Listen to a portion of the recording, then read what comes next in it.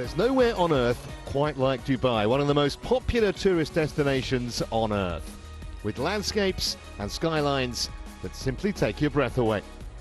On the southeast coast of the Persian Gulf, it's one of Asia's most glittering jewels.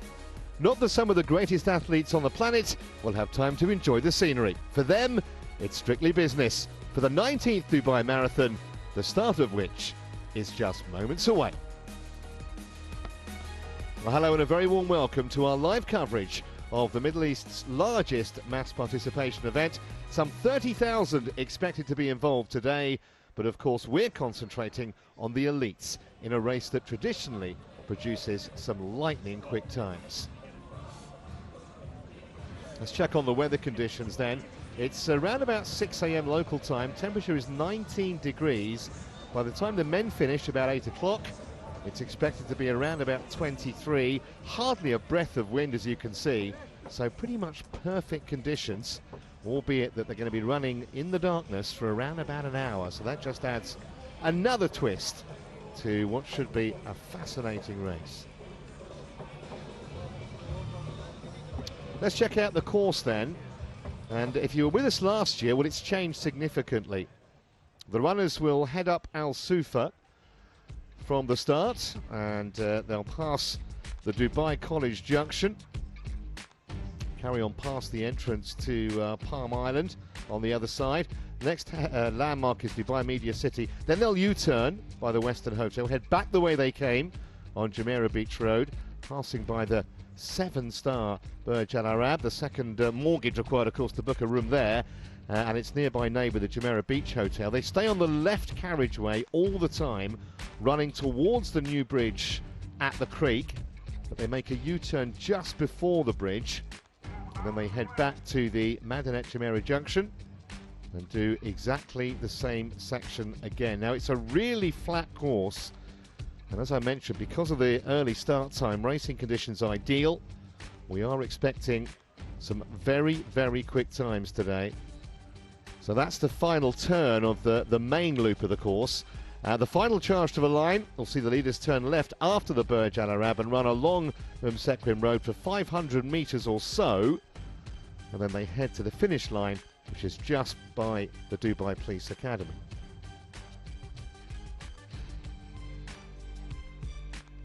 Now, in addition, of course, to the elite races, we've got arguably the strongest ever field in the wheelchair event, which is about to start. Rafa Botelho, the defending champion, is in the field. He won by just 3 seconds last year from Patrick Monaghan of Ireland, who is also in that list.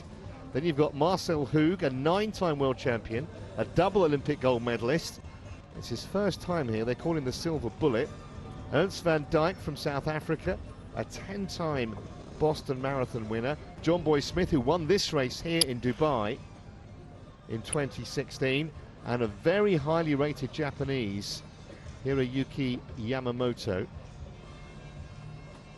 So it should be a fascinating wheelchair event. The world record, by the way, is 1 hour 20 and 14 seconds, set more than 20 years ago. There is a chance that that could potentially go today, and if you are looking up your marathon times and you're going to come and say, oh no, Boston, they've run faster or they've gone faster, that doesn't count for world record purposes. It's a point-to-point race.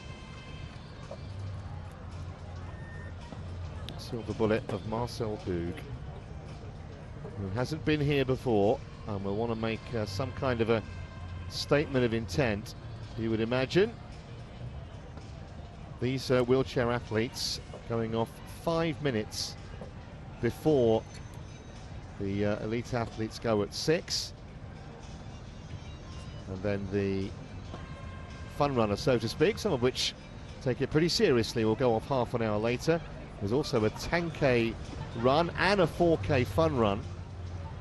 And we look back to when this event first started, back in 2000.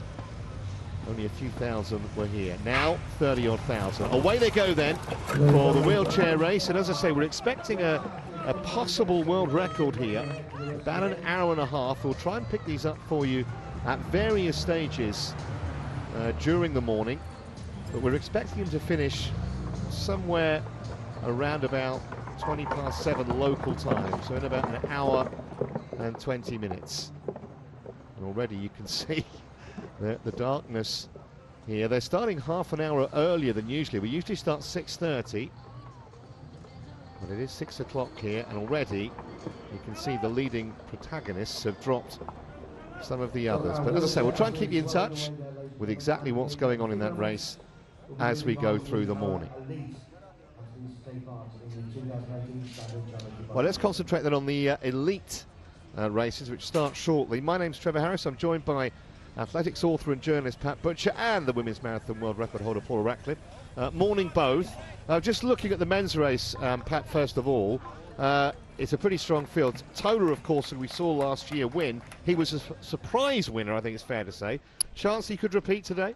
Oh, decidedly. I think the men's race seems to be the accent seems to be on him, whereas when we hand over to Paula for the women's race, I think there's at least 3 women with an even chance of winning there. So I suspect that might be a more competitive race. But Tola ran here in 2014 as a youngster and did 2:6:17, but came back last year having won an Olympic bronze medal rather in the 10,000 meters in the interim, and just took a dozen seconds off the course record, which might be a bit redundant because they seem to tweak this course every year. So I suppose the race record might be a little more ideal.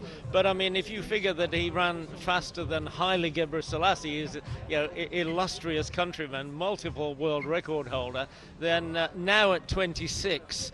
And having narrowly failed to win the World Championship gold medal in London last summer, because he was carrying an Achilles tendon injury and would probably have won it, I think, and we can talk about that later when the race unfolds. But I would say that he probably is a strong favourite to repeat for the first time since Gebrselassie, in fact. Yeah, it's worth mentioning that course record that Tola set last year, it was the 10th fastest marathon ever run, and he actually took 2 minutes off his personal best.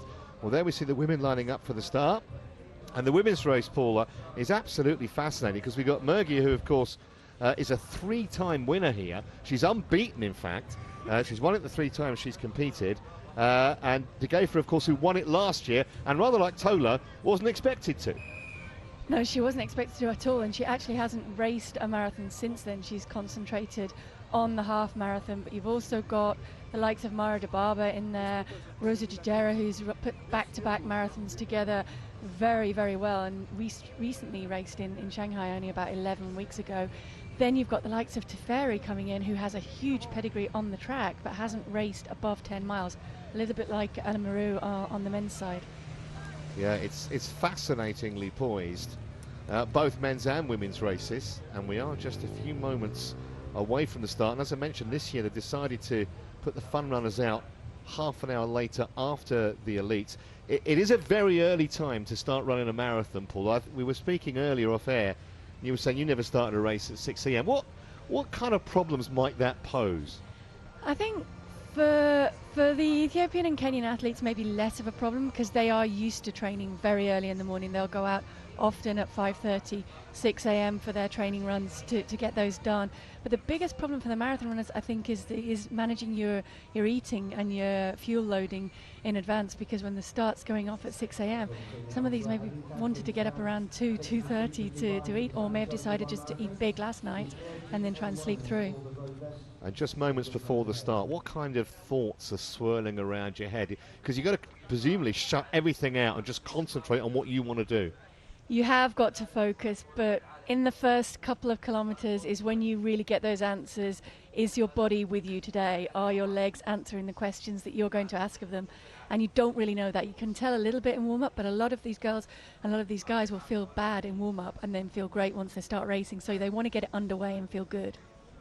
And Pat, chances of a quick time today in both the men's and the women's events? I would have thought so. I mean, we talked about the course itself being tweaked, but the start times also have been tweaked. When Haile Gebrselassie ran here, it was always a 7 o'clock start.